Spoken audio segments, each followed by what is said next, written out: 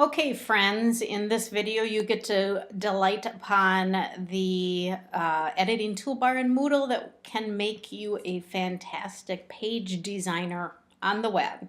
So here we go. I'm going to have fun with this one because my best friend Angie is performing in Nonsense this weekend.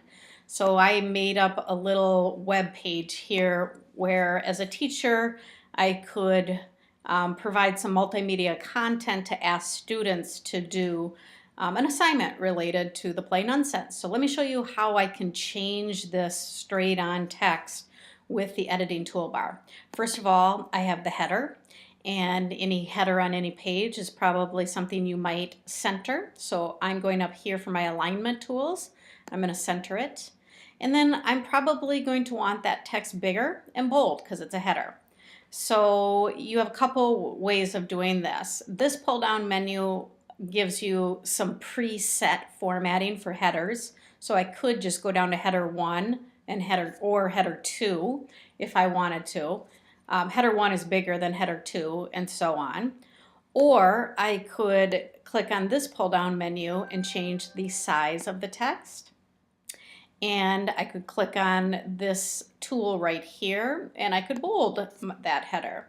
So you might have noticed as I hovered over the B there that anytime you hover over a tool, it tells you what that tool does, and that can be very helpful if you forget. So for example, this is the undo button on the editing toolbar. Okay, so another thing that you can do with the editing toolbar is you can link to external websites. So I have this sentence that says, read the summary of the production from Wikipedia. If I wanted to link to that article in Wikipedia, I could do that. So if I'm going to go back to my browser, because in another tab I have the Wikipedia article open, I'm going to copy that web address by selecting it in the location bar. And then I can do my shortcut, which on the Mac is Command C, or I could go under the edit menu and I could copy that. So then I'm going to go, if I pull this over a little bit here, I have my, I'm going to go back to this tab, or I have my big window open here. I'm going to select that word Wikipedia because I want to make that the hot link to my web page. So I can hover over insert a web link, which that tool looks just like a chain link. Click on it, and then I'm going to paste. Go under the edit menu to paste, or Command V. And if I change the target to a new window, then if somebody clicks on that, they're not going to leave this page in Moodle. It'll open a new window or a new tab with the Wikipedia article. Click OK. Now, other things that you can do, you could definitely do a bulleted list. So for instance, if I wanted to say, see the list of songs in Nonsense, I could go up to my editing toolbar and I could click on the ordered lists, and I could type in those songs, and that looks a lot better than if you try to organize a bulleted list on your own. Or I could highlight that section, you know, with my different songs, and I could click on this icon, and then my bulleted list, my ordered list becomes an unordered list with bullets. So again, that just makes the page look really good. Okay, you can also embed content on a page. I have kind of a tricky, fun way that I do this. What I usually do is in here, I'm going to want to embed a YouTube clip. So I always like that to be centered. So what I do is I just type in the word blah. I know that's weird. And I double click on the word blah and I center the word. Okay. And then I go to my YouTube video. If you click on the share button, and then you click on embed, you can grab the code to put that on your page. And you don't have to understand the code, you just have to copy it. So Command C. And then I'm going to go back to my editing window, and I've got the big one here. This little icon here allows you to toggle in to the HTML code. Again, when you do that, you don't have to understand it all. This code is what translates into a web page for you. But if I go down and find that word blah in here, which I did, and I replaced the word blah with the code that I copied from YouTube, boop, like that. And now I go out of the HTML to look at how that looks on the page. I have now just embedded multimedia right in my page. Delightful. Now the last thing I'm going to show you is, well, what about a little image? I have a picture of my girlfriend Angie, who is performing in this show this weekend. And so if I wanted to put that little image and I wanted to embed it, or I wanted to have it displayed within my big old paragraph here to just pull out the content, because visuals are very important, I could use this tool right here, insert an image.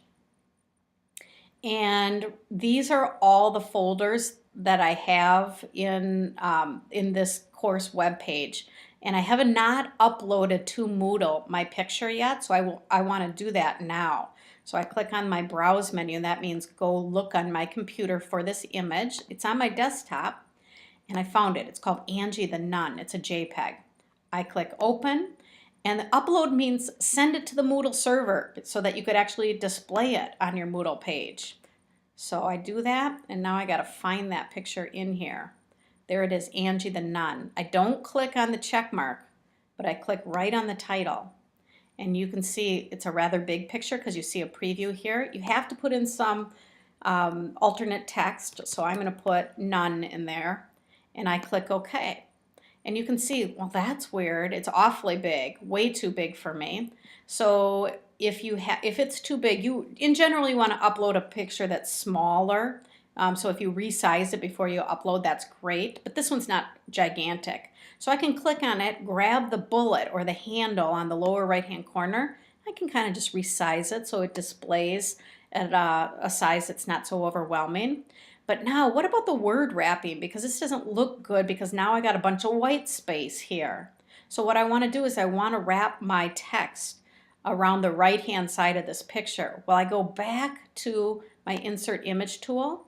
There's something called alignment. And I want to align the image to the left, which means the text will go around the right of it. Spacing. I always add a few spaces around the image so that the text doesn't get too close to the image. I find that you have to do that more on the horizontal right-left side of it than the up-down. So I click OK, and you can see that that looks amazing. And I've done a lot of great things here. And then maybe I want to bold my question at the bottom. So this is what I'm asking the students to do, and hand that in the next day. And I've got this all outlined on the web for them to reference later after they get out of class if they need to review the assignment. Then I'm going to use this button to minimize my editing window, go back to the small one, scroll down to the bottom, and I'm going to say Save and Display. And look at that amazing web page you've just created. So you can embed images, you can make headers, you can link to websites, you can embed multimedia from popular websites like YouTube, you can bold things, all kinds of things with the editing toolbar. Hope you enjoyed, and hope you get to see the show. Bye-bye.